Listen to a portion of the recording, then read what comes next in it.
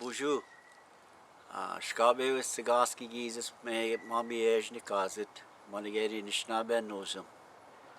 Isige Mississauga gegen Nishnabek. We arctic noon dawi onin. Mondige Ojibwe muin. Mondigen in Dow. Momigeni Wabashashi and Odem. The Homigwich. Relationship to the plant world goes beyond any knowledge that you might read about in a pharmaceutical curriculum guide of education. Is that we, even the tiniest of babies, understand the plants. We understand the earth to its relationships as knowing when to pick medicine, knowing how to pick medicine, and knowing why to pick medicine, and the basic protocol to that medicine.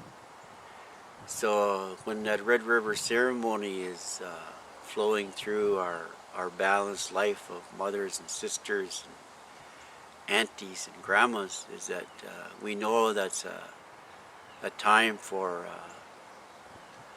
self-meditation. And oftentimes in the world of today, it's often mediation. But we allow that woman, that time when that red water is flowing through her,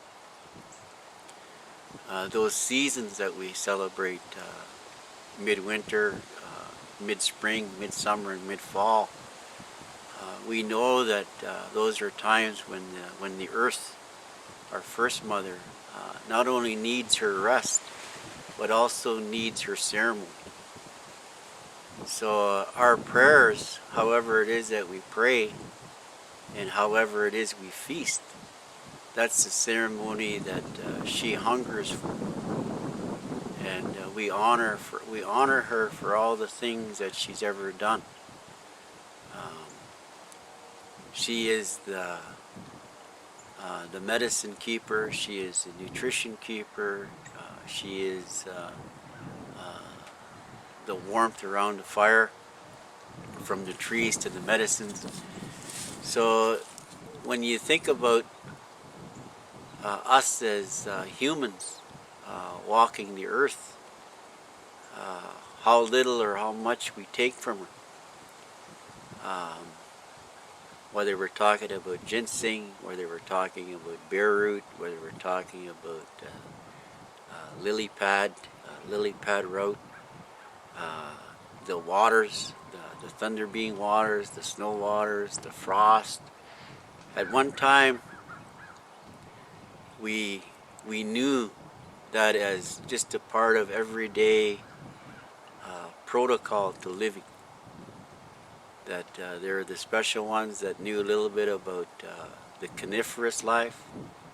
There are special ones that were chosen for the water life, water responsibility. Some were chosen for dreams and interpretations. We were all given responsibilities. But there, every once in a while within those responsibilities, there is one selected that had all those responsibilities, that knew the medicines, knew the relationships to the water, knew the prayer, knew how to pray to communicate, knew how to feast, and understood that. But he was shown that, or she was shown that. And they call those special ones. And those special ones in the world of today are known as two-spirited. And when we endure two-spirited people in the world of today, it's often through ignorance.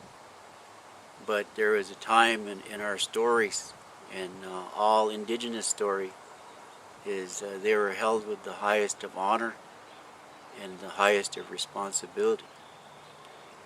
So those grandmothers and those grandfathers in the sky, brother, sun, sister moon, or Gokamis or Nishomis, Nungons, is they all have a relationship. They all have a relationship to us physically, mentally, and spiritually. And just like this lodge that we're standing behind, and we're looking at it, and we're looking at her. They say that that is the womb to the universe, the womb to the earth, and the womb to renewal. But yet, to hear its story in its entirety, how it comes to be, it all comes from a time when we weren't well. So the only conclusion that I can relate to that is where we are today, how well we are. Meaning, do we understand communication to the spirit of a plant? Or do we understand more of communication to the pharmacist at Shoppers Drug Mart? There was a time when we were closely connected that we didn't need direction for medicine. Our prescription was our intuition to what our bodies meant. That's how well we knew our bodies. We knew the ailments that ailed us, and we knew the healers and the healing that we needed. So we lost the connection from the spiritual to the mental to the physical and to the emotional as a being. I don't know whether it was through, I don't know whether it was BC, before Christ or before Columbus, but either one of them is responsible in the faults of not knowing who we are. The identities through our names and through our clans and through our faith keepers and through our clannings, that's where we started to decipher our identity. All the young people nowadays in 2011, they're coming back to ceremony. They're coming back to traditional living. People say, oh, you can't go that far back.